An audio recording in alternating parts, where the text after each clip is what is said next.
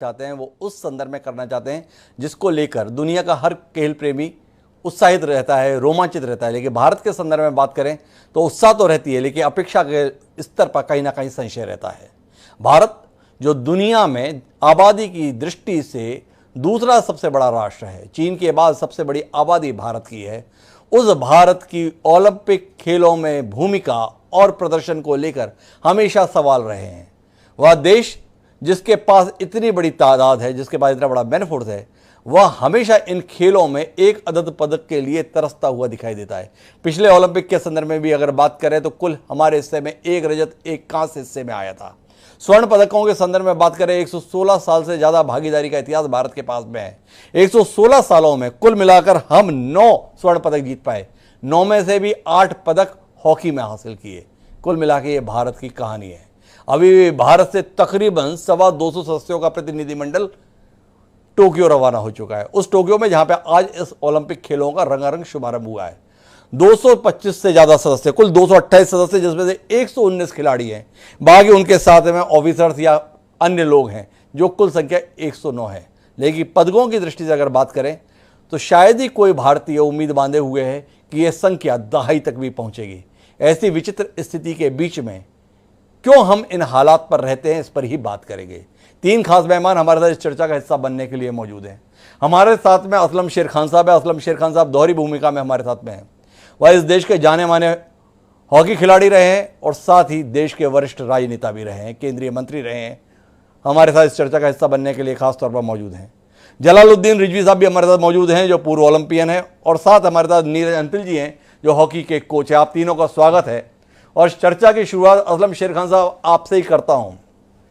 पूर्व हॉकी खिलाड़ी, पूर्व ओलंपियन, वर्ल्ड कप टीम के विजेता टीम के हिस्से रहे, आप केंद्रीय मंत्री रहे। जब भी ऐसे खेल आते हैं, अंदर से उत्साह आता है या अफसोस आता है, निराशा आती है, हताशा आती है कि इतने बड़े खेल, इतना बड़ा देश और प्रदर्शन की दृष्टि से क्या उम्मीद है? क्या कहेंगे शेर खान साहब, क्यों है ऐसा? हिमांशु जी, आपने बड़े अच्छे सवाल उठाए और बड़े सीधी सीधी बात आपने रखी कि क्या क्या सिचुएशन है जी। देखिए, उत्साह तो बिल्कुल आता है, क्योंकि जब ये गेम्स आते हैं तो नेचुरल है कि हम लोग खिलाड़ी रहे हैं और हमने ओलंपिक्सों में भाग लिया, इंटरनेशनल टूर्नामेंट्स में लिया, एशियन गेम्स, वर्ल्ड कप, सब में खेले जी। तो उत्साह का तो ये बहुत वक्त होता है खिलाड़ियों के लिए। ओलंपिक जो है वो एक तरह से सबसे बड़ा त्यौहार होता है पार्टिसिपेशन का, और यकीनन ओलंपिक का जो लेवल है वो बहुत हाई लेवल होता है और उसमें सभी टीमें बहुत तैयारी से आती हैं। तो इसलिए उत्साह तो नंबर 1 के उत्साह तो होता ही है जी।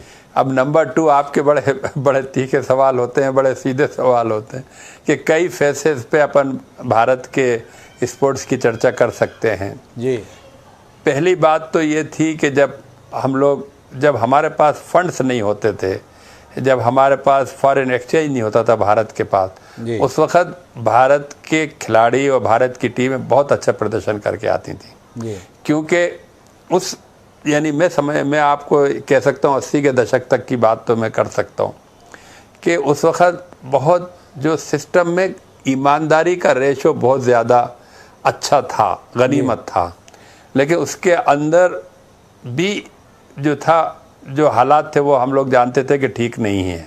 लेकिन उसके बावजूद फिर भी चूँकि गुर्बत थी तो फिर भी थोड़ा बहुत ठीक था जी। लेकिन मैं ये समझ में नहीं आया कि जैसे जैसे इकनॉमी बढ़ी और जैसे जैसे पैसे का बहुत बड़ा रोल आ गया, स्पोर्ट्स में पैसे की फंड्स की कमी नहीं रह गई, उतना ही ये स्पोर्ट्स जो है ना हमारे भारत का, जो कि जैसे आपने कहा कि इतनी बड़ी आबादी 135 करोड़ की जी। और आज हम कॉन्फिडेंस के साथ नहीं कह सकते कि हम कितने मेडल जीतेंगे, ठीक है ना। जबकि हर मुल्क का बिल्कुल तखमीना जो होता है वो बिल्कुल तकरीबन बहुत क्लोज होता है। जैसे यहाँ पर मानो चाइना का कॉन्टिजेंट आ रहा है तो चाइना को ये पता है, ईमानदारी से उनको ये पता है कि हमारे इतने मेडल तो पक्के हैं, क्योंकि वर्ल्ड रिकॉर्ड होते हैं ना। आप तो जानते हैं जब कंपटीशन होते हैं तो एक दूसरे, जैसे पहलवानों का आइडिया रहता है ना कि किसमें कितनी जान है, कितनी वो उसमें क्षमता है।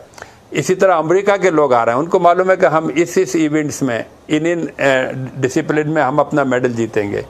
इवन जमाइका इतनी छोटी मुल्क है वेस्ट इंडीज़ की, उसको मालूम है कि हमारे लड़के मतलब इतने मेडल जीतना है। लेकिन अनफॉर्चुनेट ये देखिए आप कि भारत में ऐसा कोई सिस्टम नहीं है, कोई अकाउंटेबिलिटी नहीं है, कोई जवाबदेही नहीं है कि हम कितने मेडल जीतेंगे। वो सिर्फ इतना है कि हम पार्टिसिपेट करने जा रहे हैं। तो मैं ये मानता हूँ कि इसके अंदर दूसरे मुल्कों के मुकाबले में जो हमारे सिस्टम में ईमानदारी बहुत कम है। हम ईमानदारी से अगर स्पोर्ट्स को लेंगे तो हमारे बच्चों में भी इतना टैलेंट है और हमारे बच्चे और लड़के लड़कियाँ अच्छा काम करके आ सकते हैं, मेडल जीत के आ सकते हैं। मेडल जीत के आ सकते हैं। असलम शेरखान साहब ने काफ़ी कुछ बातें कही, लेकिन मैं जलालुद्दीन साहब आपके पास रुक करता हूँ। शेरखान साहब मैं वापस आपके पास आऊँगा और आपसे जानना चाहता हूँ जलालुद्दीन साहब, कहीं हमने इस सूक्ति को बहुत बेहतर तरीके से व्यवहारिक रूप में तो नहीं ले लिया है कि खेल में जीत हार मायने नहीं रखती है, आपने भाग लिया ये मायने रखता है। हमने इस सिद्धांत को अपने जीवन की आधार भूमि बना लिया है। इससे क्या फर्क पड़ता है? खेले तो सही ना, आखिरी नंबर पाए तो क्या हुआ, खेले तो सही, छोटी बात है क्या? तो कुल मिलाकर क्या आपको नहीं लगता है 250 से बड़ा प्रतिनिधि मंडल गया है, 119 से ज्यादा खिलाड़ी हैं और उन खिलाड़ियों के प्रदर्शन के संदर्भ में मेडल जीतना तो दूर की बात है, देखने की जरूरत है आखिरी नंबर से कहां पर खड़े होंगे और फिर भी जा रहे हैं। क्या कहते हैं आप इसको?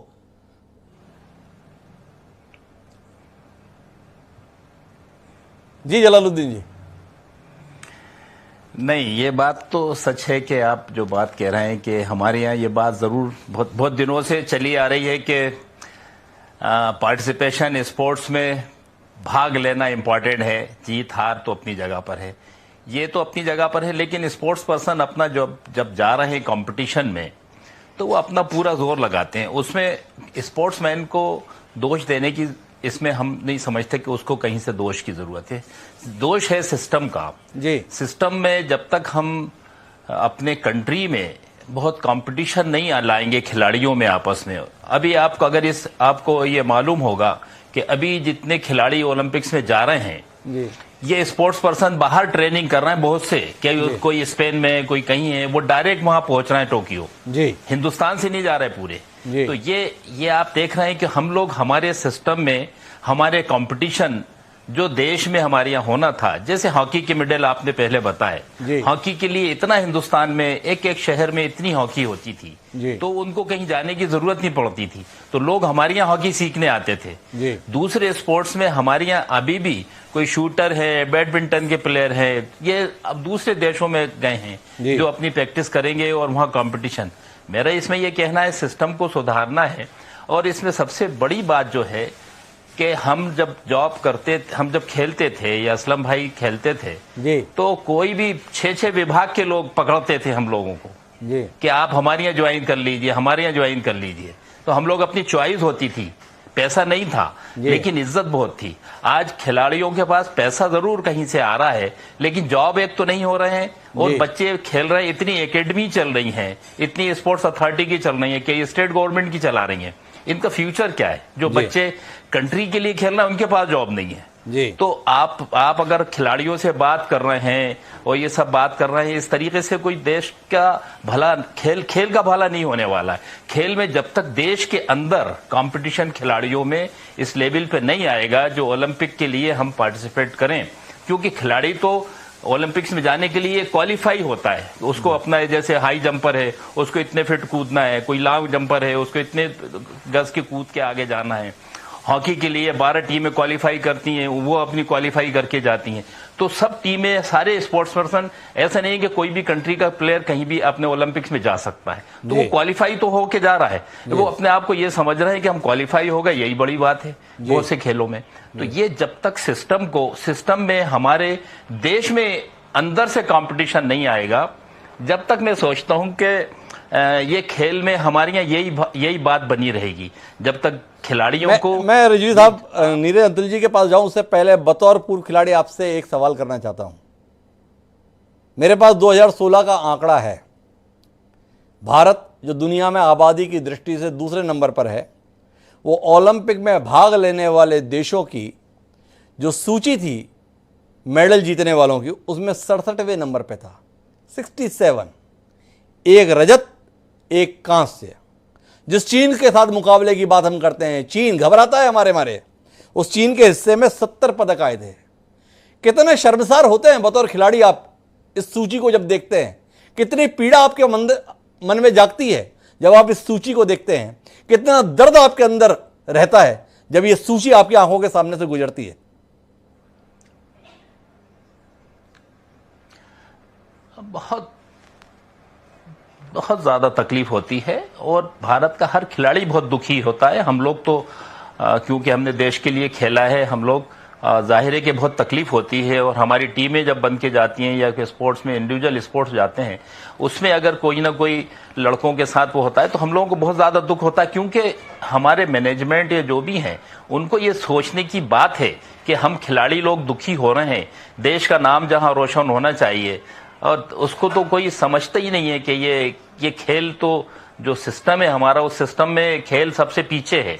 तो अब कुल मिला के खेल के साथ खेल हो रहा है देश में, बातचीत ये निकल कर आ रही है। नीरज अंतल साहब, मैं आपसे थोड़ी और दूसरी बात करना चाहता हूं। भारत की अगर ओलंपिक के संदर्भ में विधिवत बात कर रही हूं तो 1900 में भी एक खिलाड़ी अपनी तरफ से ओलंपिक खेलों में शामिल हुए थे, पर 1920 के संदर्भ में बताया जाता है जब आधिकारिक रूप से भारत की टीम ने पहली बार ओलंपिक के खेलों में पदार्पण किया था। उस दल में कुल 8 लोग थे, 6 खिलाड़ी थे, 2 अधिकारी थे। उसके बाद नौबत यह भी रही कि 30-30 खिलाड़ी भी गए, अधिकारी या साथियों के रूप में 2 या 4 हुआ करते थे।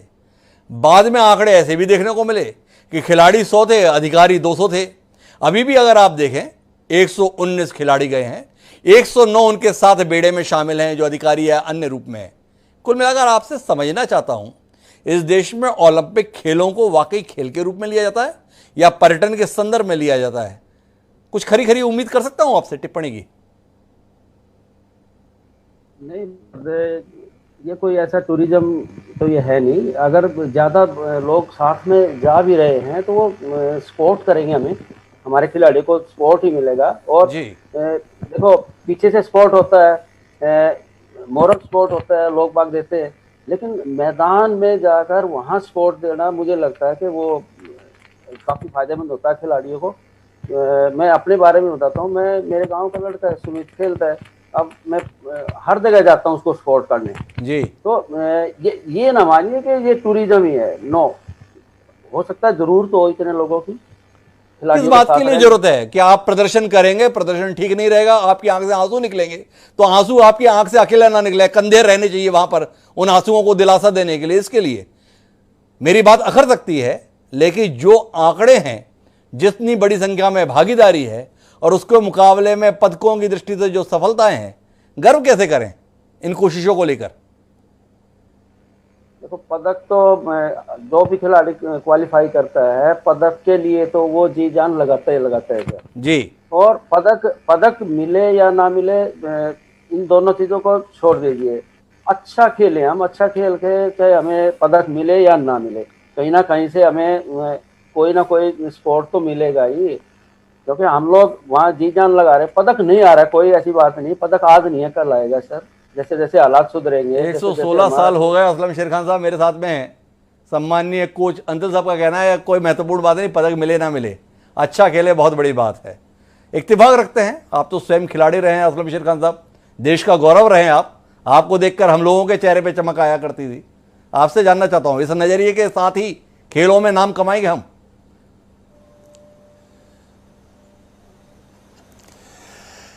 देखिए हिमांशु जी, आप तो मेरा ख्याल है बहुत ही, इसमें भी आपको बहुत बड़ी जानकारी है कि स्पोर्ट का सिस्टम और जो स्पोर्ट के तौर तरीकों के आपके पास जो सवाल हैं वो बिल्कुल सही हैं जी। लेकिन मैं आपका एक छोटा सा इसमें बड़ा किस्सा बड़ा सही है, इसलिए मैं सुनाना चाहता हूँ। मैं इंडियन टीम का मैनेजर बन के गया चैंपियंस ट्रॉफी में जी। तो ये जर्मनी में हो रहा था, तो एक सरदार साहब मेरे होटल आ गए और उन्होंने आके मुझसे बड़ा लोडेड सवाल कर दिया कि साहब, मतलब उन्होंने जैसे आप कर रहे हैं ना, उन्होंने पूरा सवाल कि साहब इतना बड़ा भारत, इतना हम क्यों नहीं जीत पाते टूर्नामेंट, हम लोग क्यों नहीं मेडल जीत पाते। अब मैंने सोचा कि अगर इनको मैं बताने चलूंगा तो बहुत समय लग जाएगा, तो मैंने उनसे एक रास्ता सोचा इनको पूरी बात समझाने का।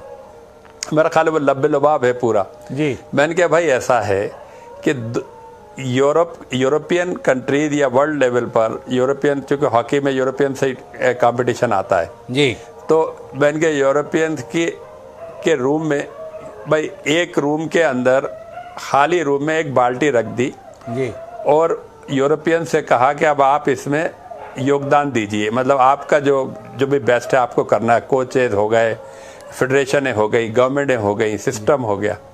तो मैंने कहा यूरोप वालों के लिए दूध इतना बड़ा मतलब इतनी बहुत बड़ी चीज़ नहीं होती, उनके लिए ये ज़रूरी है कि उनका कंट्री बहुत ऊपर रहे जी, और बहुत ऑनेस्टी से, ईमानदारी से अपनी जॉब में वो लोग आते हैं जी। तो वो उससे कहा कि एक मग्गा दूध डाल दो, तो बस आपको इतना ही करके आना है कि अंदर जाना है और बाल्टी में एक मग्गा दूध डाल देना जी। अब उसने जाके वो दूध डाल दिया, उसके लिए is not a big thing जी। इधर इंडियन वालों से कहा कि भाई आप इस बाल्टी में जाके एक दूध डाल देना बंद कमरे में। तब उसने जो भी आदमी जो सिस्टम में है, जो भी सिलेक्टर हैं, जो भी फेडरेशन है, गवर्नमेंट है, जो भी उसके अराउंड है जी, वो उसने देखा कि यार कोई देख तो है नहीं रहा, एक आध दो घूंट में पहले तो एक आध दो घूंट में दूध पी लूं, कौन देख रहा, उसमें थोड़ा पानी मिला के मग्गा डाल ही आया जी।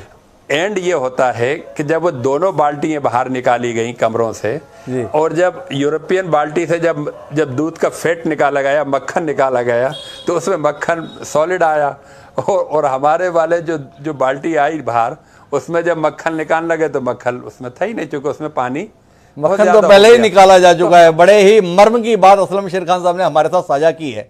लेकिन शेर खान साहब आपसे समझना चाहता हूं, पिछले कुछ समय से खेल को लेकर सरकारें, खेल प्रतिष्ठान और यहां तक अदालतें भी संजीदा हुई हैं, तमाम कोशिशें भी हुई, बजट भी बहुत बढ़ाए गए, लेकिन इसके बावजूद भी सफलता नहीं मिल रही है। चूक कहां रहे हैं? आज भी सफलता ये मानते हैं कि फलाने खिलाड़ी को फलाने प्रबंधन के लिए, प्रशिक्षण के लिए विदेश भेजा गया। वो खेल जो इसी भारत में जन्मे थे, उनके प्रशिक्षण के लिए विदेश भेजने की बातें होती हैं। कहां चूक रहे हैं हम? देखिए, एक तो दो बातें हैं। एक तो ये जो सेल्फ कॉन्फिडेंस चाहिए कंट्री में स्पोर्ट्स के लिए, जब तक गवर्नमेंट के लेवल पे, मैं तो कह रहा हूँ कि प्राइम मिनिस्टर ने इतनी मन की बात करी और है ना 1.25 घंटे खिलाड़ियों से एक बात बोले, लेकिन अगर सिर्फ 5 मिनट लेते प्राइम मिनिस्टर ऑफ इंडिया जी, जितने फेडरेशन के जो सेक्रेटरीज हैं, प्रेसिडेंट हैं, गवर्नमेंट ऑफ इंडिया के स्पोर्ट अथॉरिटीज के जितने भी कोचेज हैं या जो मेन ऑफिशियल्स हैं, सेक्रेटरीज हैं, अगर उनको वो ये बुला के सिर्फ एक लाइन में बात करते, 5 मिनट में भारत के लिए उनकी इतनी कीमती होते वो जिस कह दें कि मैं नहीं जानता, मुझे इस ओलंपिक के अंदर 5 गोल्ड मेडल जीतना है जी, आप बताइए कि आप जीत सकते हैं कि नहीं जीत सकते। मैं कह रहा हूं जो आपने जो शुरू में एक बड़ी अच्छी बात की कि क्या पर्यटन के लिए जाते हैं, तफरी के लिए जा रहे हैं या एक उनके शौक के लिए जा रहे हैं, आप यकीन मानना कम से कम 80% डर के मारे, अगर प्राइम मिनिस्टर सही मायनों में ये प्रतिष्ठा डाल दें जी कि अगर तुम नहीं जिताओगे तो फिर तुम सीधे तिहाड़ जेल में जाओगे जी, क्योंकि या तो तिहाड़ जेल या फिर तुम्हारी जो इस मुल्क में जो तुम्हारी जो अगर मेडल जीत के आओगे तो फिर ये मुल्क तुम्हें सराखों पे बैठाएगा। तो मैं कह रहा हूं कि आधी फेडरेशन तो दफ्तर बंद करके भाग जाएंगे, क्योंकि वो जेल के नाम से भाग जाएंगे। तो जब तक इस किस्म का हुक्मरान, इस किस्म का देश की विल पावर, इस तरह की प्रतिष्ठा, इस तरह की मतलब जिद अगर किसी में आएगी, उस दिन भारत का स्पोर्ट जो है। बड़ी महत्वपूर्ण टिप्पणी असलम शेर खान साहब ने की है। जलालुद्दीन जी, मैं आपके पास वापस लौटता हूं और आपसे जानना चाहता हूं, जो बात असलम शेर खान साहब कह रहे हैं, 2 बिंदुओं पर बात आ जाती है, एक पार्टिसिपेशन, दूसरी है परफॉर्मेंस। क्या आपको नहीं लगता है कि पिछले 40, 50, 60, 70 साल से इस देश में जोर पार्टिसिपेशन पे है, परफॉर्मेंस में नहीं, और यही मूलतः समस्या है। जिस दिन परफॉर्मेंस के संदर्भ में आग्रह हो जाएगा हमारा, जिस दिन परफॉर्मेंस जो है शर्त बन जाएगी, उस दिन शायद ये अंक तालिका में हमारे हालात सुधरे हुए दिखाई देंगे।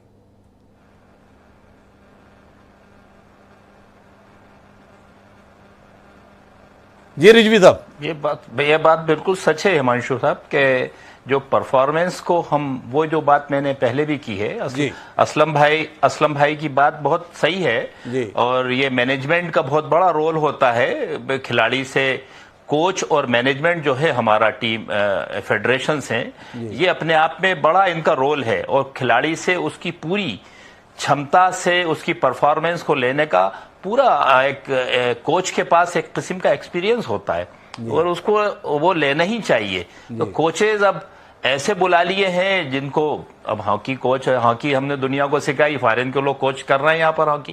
तो ये जो उनमें वो हमारी देश के लिए जो भावना है, जो जोश है, वो कहाँ से आएगा? हमारे जो मैनेजर जाते थे, टीम के कोच जाते थे टीम के साथ, वो बैठ के कभी कभी जब बड़ी टीमों से मुकाबला होता था खाली रो देते थे कि भाई आज मेरी इज्जत रख लो तुम लोग। तो सारे खिलाड़ियों में, क्योंकि वो आंसू तभी निकलेंगे जिसको देश से मोहब्बत होगी। वो लोग जब तक नहीं आएंगे बीच में, उस तरीके का तो परफॉर्मेंस कैसे बढ़ पाएगी? परफॉर्मेंस तो खिलाड़ी वही है कि जो आपकी उसकी क्षमता है उससे ज्यादा अच्छा काम कर जाए, और जब उससे अच्छा काम करता है तो तभी वो नाम होता है उसका, और देश का नाम भी तभी होता है हमारे। वो लोग उसकी क्षमता से अच्छी परफॉर्मेंस लेने वाले लोग भी तो होना चाहिए जी। बात ये है।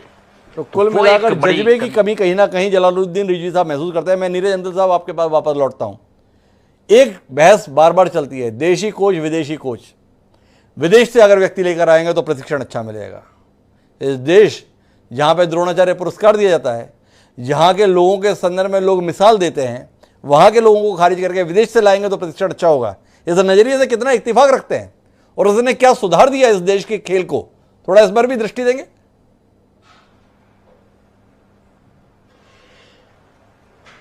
जी अंदल साहब।